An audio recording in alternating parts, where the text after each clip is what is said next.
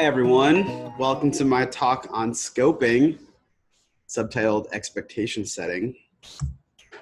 My name's Rudy. For all of you who don't know me, I'm the CTO and Co-Founder at Yeti. I also organize the SF Django meetup here in the city. So the plan for today is kind of three things we're going to walk through. So one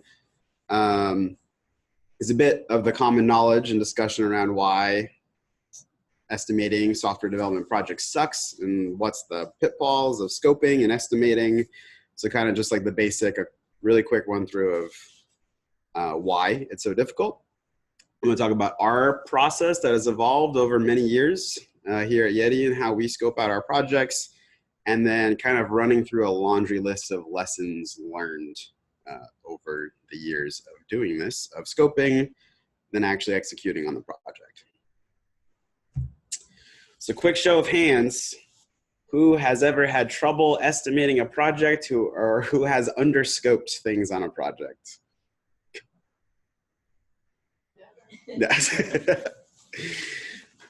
Yeah, so pretty much probably any developer or designer or anyone dealt with building products would say that they have. Funny meme, and a lot of you talk to people about this, is they're called estimates.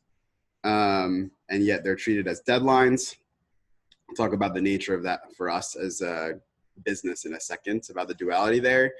But it's interesting why a bunch of people have issues with it. So a quick note, this talk is a bit from my experience, which is from an agency perspective. A lot of this applies also if you were in maybe a really large enterprise organization and also trying to scope out a product. But for us, it's a lot of new projects. So we're scoping things kind of from scratch that haven't been built yet, which has some differences than if you were adding new features to an existing product already. So kind of just a disclaimer there. So first, we're going to talk about some of the pitfalls. So number one is I put people and not necessarily just developers, because people are overly optimistic. When we start to talk about a project and implementing some kind of feature, we usually default to thinking that everything is going to go hunky-dory, and that like what we estimate is actually pretty much the best case of how it could go. And sometimes if we're asked for the worst case, to estimate the worst case for implementing something, people often give the medium case because they also don't want to think about how poorly things can go or can go wrong. So that's the number one pitfall. Hours and days are faulty, and it also goes along with people being overly optimistic. It's easy to say, oh yeah, implementing that thing, it'll only take me a couple hours. Or yeah, it'll just take me a day to implement that. So those are bad. We'll talk about it more. But essentially, that's why agile development and a lot of people use points and talk about the complexity of their work instead of talking about hours and days. So again, nothing crazy there. So I think this is one that's really hard to wrap your head around a little bit. So there's the things you know, and then there's the things you know you don't know. And then it's hard to quantify the things you don't know. And when you go into a project, there's probably plenty of things you don't know yet about that project, but the whole thing is you don't know. So when you're scoping it, you just miss this entirely, and you might think of plenty of things you don't know about what maybe needs to get implemented, or some libraries or some new technology. But yeah, I think you get the point. So there's kind of unknown unknowns, and it's really hard to capture that in estimates if you already don't know what the unknowns are. Requirements change with knowledge. So often you estimate a thing. There's a certain kind of agreed upon scope of what you're estimating, and then once you get into it, that changes. Whether it's because you started to build something, you learned that there's maybe a better way to build it. Maybe you start building something, you start testing it with users, and you realize what you're building is not going to be successful. Maybe you start to build it, and then some competitor of your company comes out and does something differently. So now you need to pivot a bit with what you're building. Hard to really account for this when you're first estimating the scope of a project. So that's kind of like the summary of just a lot of the reasons why scoping is hard. So I'm going to talk next about our process and what we do. At the end of the talk, we're going to collaboratively scope a mock-up, which will be fun. So there's not going to be necessarily too many examples through this. It's mostly going to be me talking, and then at the end, we're going to do a little bit of an exercise. So as a consultancy, helping work with clients to talk about product strategy, what they're building, and then ultimately executing it on ourselves, we start in a bajillion different like starting positions with projects. Sometimes it's just an idea a client has, and all they have to first give us information is conversations. Sometimes maybe there's some kind of sketches or wireframes. Sometimes they've operated in a bit more of a waterfall fashion, and there's already a bunch of mock-ups to be developed. Sometimes they have 10 to 20 page PDFs. Maybe they're requests for proposals, and they're just specifications and documentation. We start with things all over the board, and it's kind of just the nature of what we have to deal with. So usually Tony is fielding this from our clients specifically. At a larger org, this might be some kind of executive, other stakeholder. It could be a product manager or a designer coming with you with a slew of things that they would like you to say. How difficult would it be for us to build this thing? How long would it take? So we try to distill this in any way possible. We get what we get. So what I normally do is I start to outline the big pieces. So I create an outline. I try to think about even thinking at a high level. So maybe we're talking about building a mobile app, and there's going to be a back end, and it's going to hook up with this other system that we need to build that's more logic focused. And so there's going to be that thing that's also kind of a separate piece. And so I start to try to outline what I see are the big chunks at first in the project. I then start to break those chunks down into smaller tasks. And this is where it can be hard depending on how much detail you have. But generally speaking, what we found on projects, whereas if you can't break the tasks down into chunks that are maybe a couple of days, the biggest at most, then likely you're probably going to have faulty estimations. If you estimate some chunk of work is going to take a week to implement that thing, you're probably already wrong because you haven't really thought it through far enough into enough detail to figure out what it's going to be. So here's like a really simple example though of what we're talking about. So maybe some part of a flow of an app we're building is onboarding or authentication, some really basic user stories here. And then so there's some points. And I won't dive too much into it, but we're using points instead of hours or days here. And we create these spreadsheets with all of our big chunks and then our tasks in the scoping process. And then we do some Excel formulas and math down at the bottom to try to come up with an estimate of how many weeks we think it's going to take to implement the project we're scoping. Usually once we have this spreadsheet and I have put in a bunch of effort to try to understand what we're building and try to break it up as far as I can and what the different pieces are, usually this is when we go and we go back and we talk to the product people, the stakeholders, our clients, designers, to make sure that we've anything we've identified that are things that we haven't been able to break down. We try to be diligent about asking as many questions and breaking it down as much as we can. We come back and we revise. I like this one, Drew Carey. We revise the budget, kind of the scope of tasks we've put together. And then we've been the most successful when someone else looks at it besides just me. So kind of, I put this meme here with Drew Carey because a little bit at this point in the project, we might not have a lot of detail, and I am just making up stories and putting points on it. And a lot of it is kind of in the ether at this point, and there's not a lot of definition. There might be no design yet. There might be no real specs. But to get the project started, we have to go through this. We have to work in an area of a lot of ambiguity.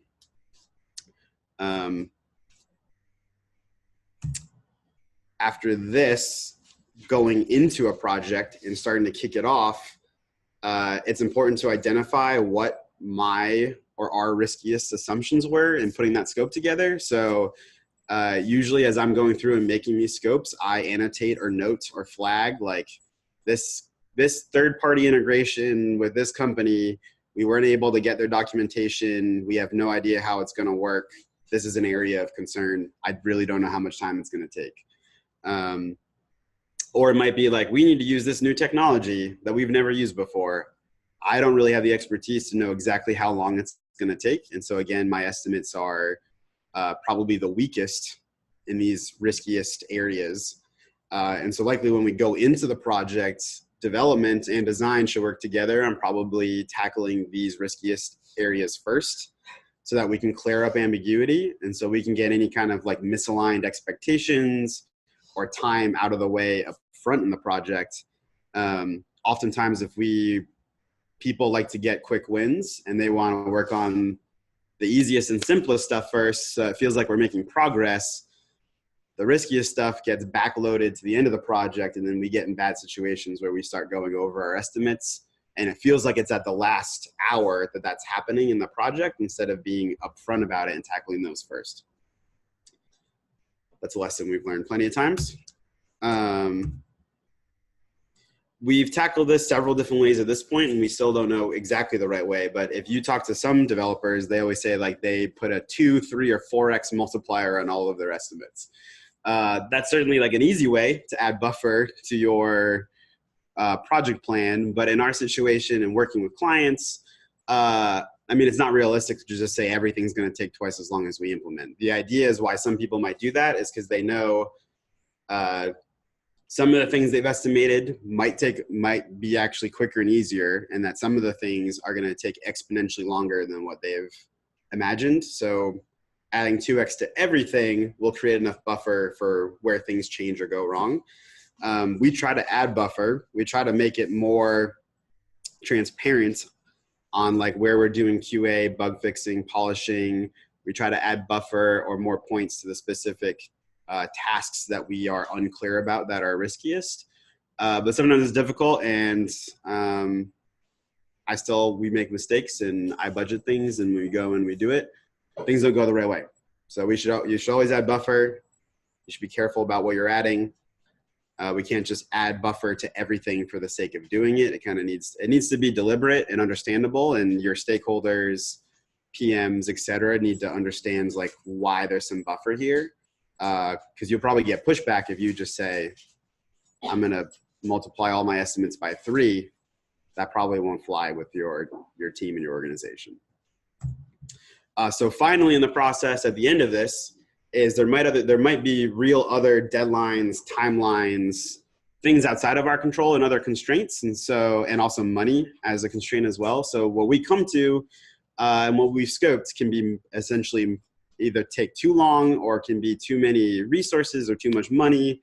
So next is deprioritizing or prioritizing scope, whichever way you want to look at it. It's working with the stakeholders, the clients, the team to figure out, all right, we have all these things that we've now scoped. We feel fairly confident we're on the same page generally about what we're building. We've identified what's the riskiest assumptions, what things are we not totally clear about that we're building, and it looks like it's not going to fit in to essentially the constraints of the project. So it's time to prioritize what needs to be in there and try to essentially eliminate or push off the things at the bottom of that priority list for a future phase of the project.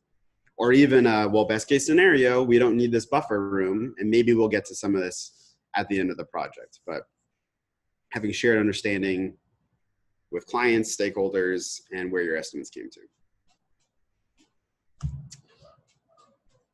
So that's kind of our process.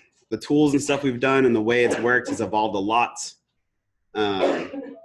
As an agency with fixed price projects versus agile development, it's difficult. So I'm going to go into from scoping and running projects and seeing what went wrong about scoping, just some general lessons learned and tips for what to do and what not to do.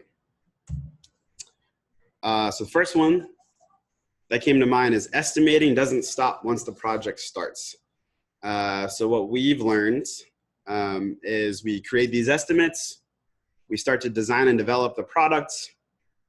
Inevitably, tons of new user stories get thrown into Jira. We work on other features that come up. If we lose track of the net difference and what has been added or removed from the project based on the original scope, and we lose control of seeing what the timelines are and how our estimates are stacking up against deadlines, things are going to go wrong. There's going to be conflict with stakeholders, your team, clients. Project is going to go off the rails. And so being diligent around noticing when you've finished some phase, some part of the project, new tickets are being created, things are being redefined, it's time to re-estimate. And in recent memory at Yeti, we've been sticking to this and to our guns on this a lot more, and just making sure that we're being diligent about the project process, being transparent to our clients. When something came up that we didn't know about, our stakeholders didn't know about, it's new information to everyone. So what are we going to do about it? I've already harped on this one a little bit, but so beware of third parties. So getting agreement quickly on what third parties you're using, looking at the documentation of those third parties and assuming that whatever they're doing or using is going to be simple. That's probably not the case. Checking out specifically their APIs, their SDKs, maybe talking to a support person at the third party. Getting all of that like identified and locked in as soon as possible is great. Something we do here sometimes is we have a spike, which is a ticket that goes into Jira for us that's like a time box. Maybe it's half a day or a day, researching whatever related to that third party. Whenever we're working on a new project that's going to use a new technology, it's a area where we should be concerned in scoping and setting expectations with the clients. It also might just be not that it's a new technology to Yeti or the team, but it might be a new technology to a team member. So it's good to keep in mind and try to think about who in your team is working on this project, and how familiar are they versus you. I'll get into a little bit more about that in a second. If we are starting off a project and we're doing design and development, design never fits neatly inside your estimates. We've seen this on plenty of projects that we scope out a thing with a client or a stakeholder, but then once we get into the design process, there's new ideas, things that my development brain didn't think about or account for that come up during the design process. And so again, always be estimating and scoping. This is where really agile development fits into the scoping process and where they kind of overlap. So a thing we're still working on here to account for. So estimate and account for bugs. There's a little bit, I don't know how much anyone cares anymore about should you add points to your bugs in Jira and should you count them in their velocity. We do it. And I think it's important because when we're building new products, we're not following this absolute pure agile methodology where every sprint isn't done and you don't take on new features until all the bugs in the product are fixed. I don't know who is that diligent about that process and being like really pure agile. So we put points on bugs. Generally, people can get a sense of, is this bug going to be tricky to fix? Or do we think it might just be a line of code change? Often we can be wrong, but generally people have a good idea. If a bug exists only like in production on a certain person's phone and a developer cannot reproduce that bug on their computer, that's probably going to be a trickier one, and you should point it higher and account for it in your estimates. So again, this is as bugs get created, we should be doing QA throughout the process, and we should be accounting for them in updated like timelines and estimates that we're making on the project. Everyone has a different velocity makeup. So when I go and I estimate a project, a point of contention is just that I'm assuming a certain person on the team can get a certain amount of points done every single week based on my estimates. My background is a back-end developer, so when I have a certain bias, when I am estimating back-end tasks versus front-end tasks, you have people on the team who are front-end or back-end or full stack. You have people who are senior or junior. You might have people who know JavaScript, but maybe they know React or they know Vue or Angular, and this project is using React. So there's a lot of variables that also go into scoping about the team. And sometimes it's difficult to know exactly the makeup of the resources on the team that are going to do the project when you're doing the scoping. So another thing to just keep in mind. Also, like some developers are good at logic and some developers are good at maybe more like styling and polishing.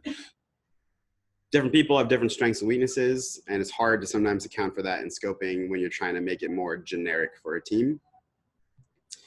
Don't overlook this handful of tasks. So sometimes it's easy to, sometimes stakeholders, clients, product managers will assume that your estimates include setting up analytics, setting up error monitoring, setting up maybe some other thing that you didn't realize. Maybe it seems like an easy task on the outside, but it's still worth capturing it inside of what you're scoping. Even just the time to set up the code base, deployment, setting up a testing suite, doing continuous integration, continuous deployment, all of that takes time. We're not reinventing the wheel, but just every new project needs some setup time allocated to doing that. If you forget to scope any of this in your plan, you all of a sudden might have just missed a couple weeks worth of work. So reset expectations constantly. If so far we've been doing all the things that I've just talked about, that means that you should also be chatting with your PM, the stakeholders, executives, your clients, and like letting them know what is happening. I think it's, I have another slide in a couple that talks about this, but basically it's easy to maybe just let those conversations slide. And then that just puts you potentially more in the hole if things are changing and you're not resetting expectations. There's a whole nother slew of bucket of things that you don't think about often until you get towards the end of a project and ready to launch a new product. So was this like, how does this look on a smaller screen size? Are we building this to be cross-platform? Have we tested well that it looks and works well on both iOS and Android? Do we care about supporting Internet Explorer? Is there a use case where users of this app might have poor internet wherever they are? Does this app need to work offline? Sometimes you as a developer might not have thought about or scoped out any of these things, but another stakeholder might just assume that these are table stakes for some reason or another. This is again where scoping can just add on several weeks to the end of the project if this wasn't accounted for upfront.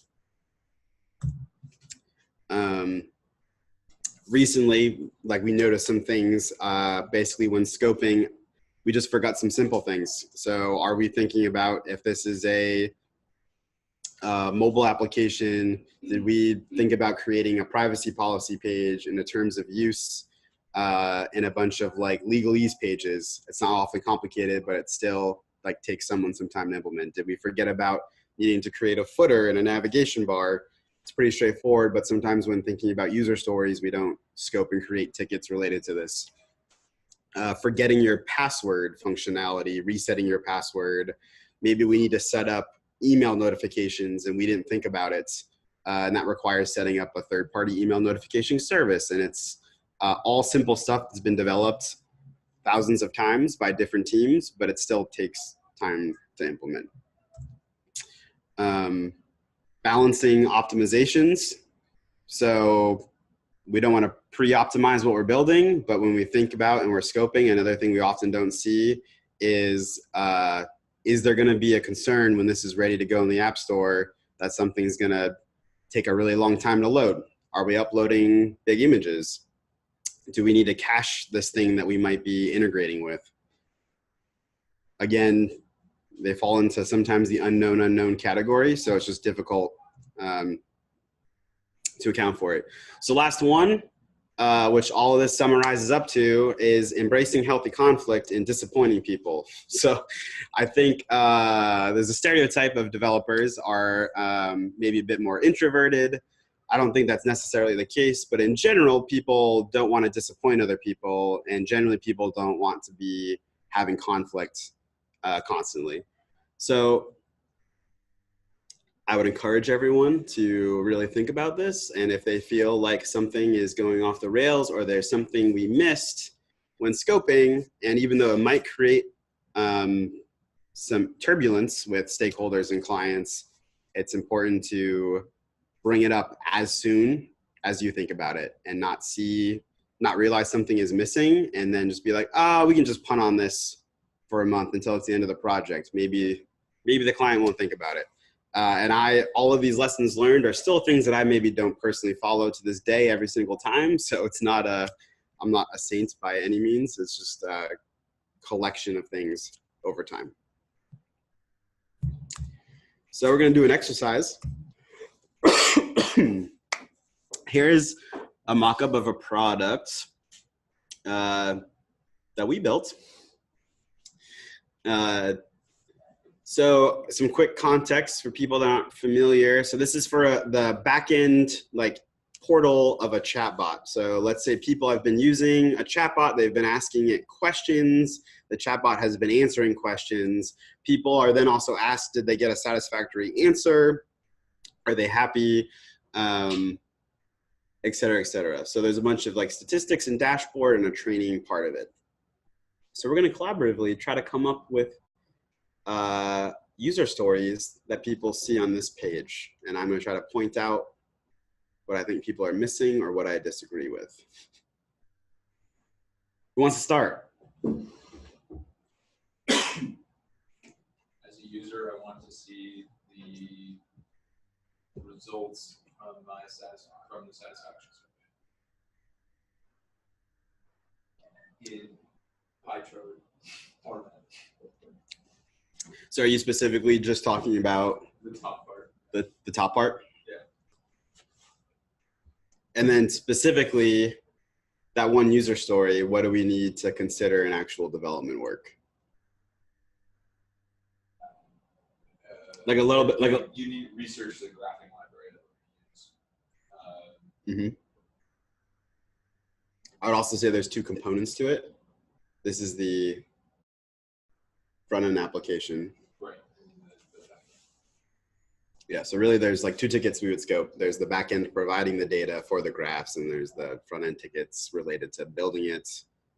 And Tony pointed out that there's some assumption about how we're building those little pie chart circle things. As a user, I want to search for questions or comments. Mm-hmm. I feel like it could be, okay, well, you would have to search, Elasticsearch, I don't know what the search was. That's one point. Okay, for design, it might be 0.5 to. Yeah. And then also, I wouldn't know whether or not it's going to have predictive search when you're typing. So that would be Yeah, we don't need to say the exact points right now. So we're just more picking up the stories, but you nailed a couple different things. Right. Search is a big can of worms about how complicated of a search are we doing, right? Are we just literally searching some text fields in the database? It could be really straightforward. We could implement it really quickly, but if we need to set up Elasticsearch and we're trying to do fuzzy searches and we also want to do predictive searching or basically autocomplete what the user is searching and give them suggested results, it's a whole lot more work. What else? I want to be Kevin at the right time. Yeah. So what's some concerns about that? Some concerns are where is the time coming from, time zones taking into account. It's not just Kevin that we're reading. So how do we move that into the user model? Agreed. Time zones suck. So definitely if our user base is viewing this on the West Coast and the East Coast, for example, is it going to say the right morning, afternoon, evening? We're not seeing it in here, but we're going to assume there's some kind of authentication, right? So it's we need to make sure that we've got the user data to say Kevin's name. What else? We've only covered a third of the screen so far.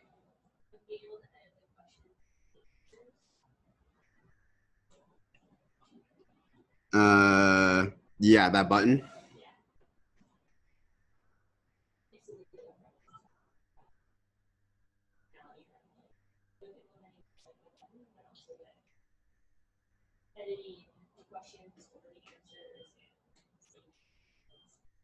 Yeah. Well, so what do you think happens when we click that button? I would assume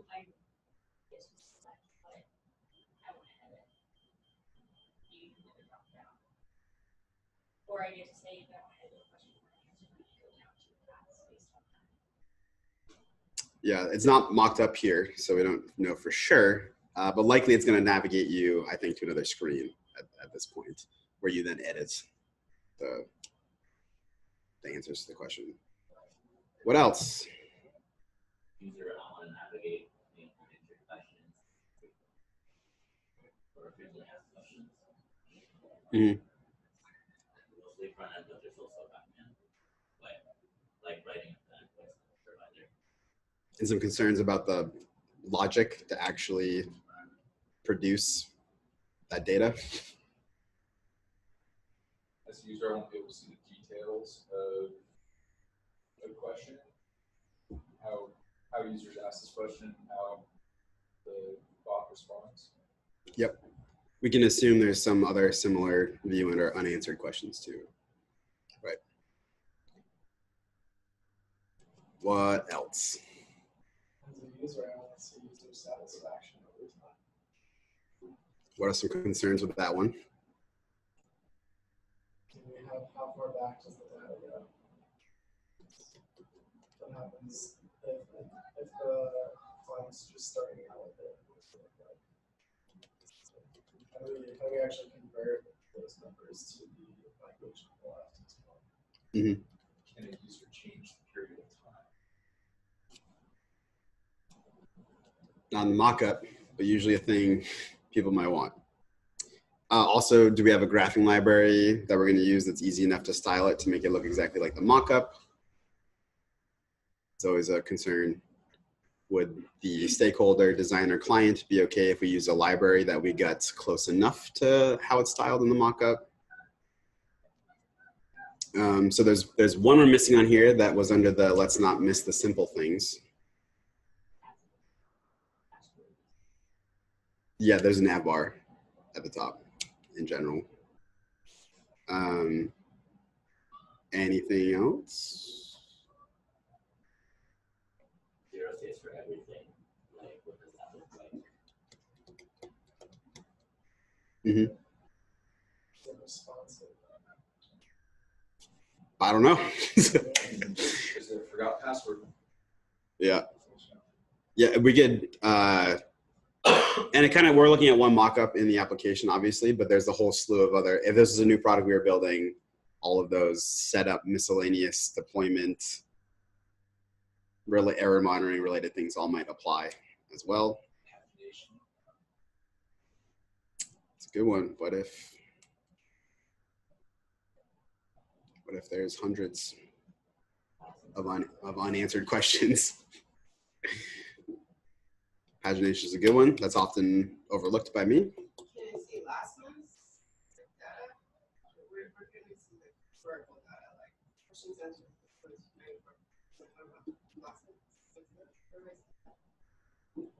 Yeah, those are good points. I feel like that's getting into scope creep territory on the designs category, but that's what happens. You're also a designer, not a developer, so you're just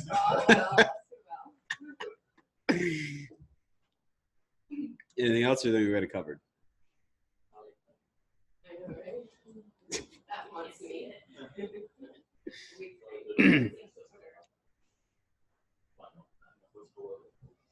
Okay, we don't need to drag it out.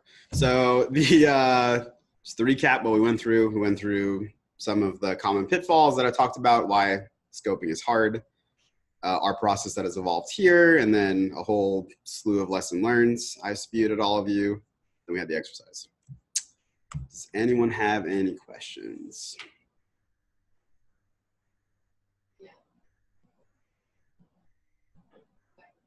What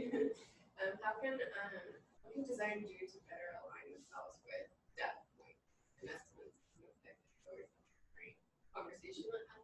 We need to come up with a list of basic components and apply points to that, so we know that we have left to work with.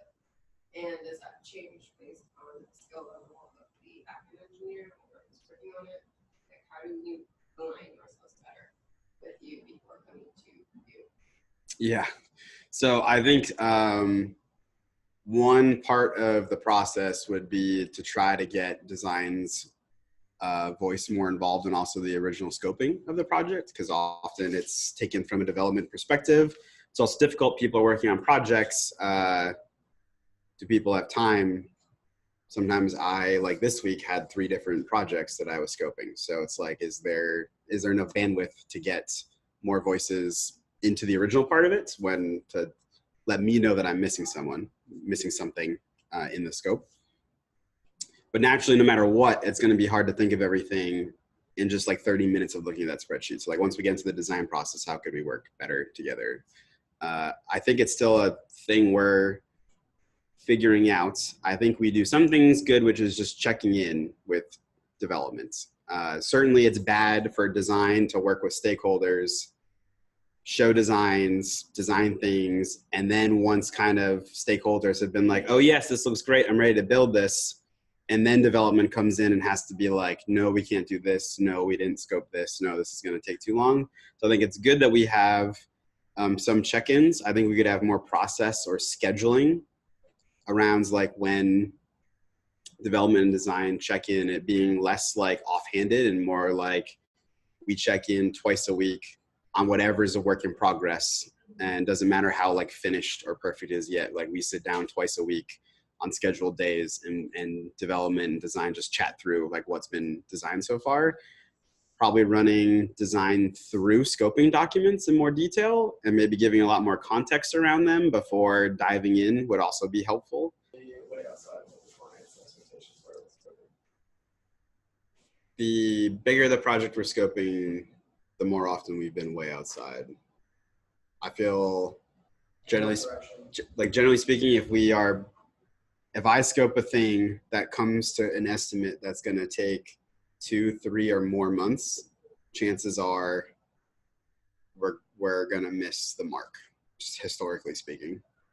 When we've started to estimate things that are more like sub 2 months, we have not been missing deadlines as badly. Generally speaking, we always probably end up historically missing our original estimates by at least a week or 2, but it just gets exponential once we're trying to estimate a thing that's like several months long. All right.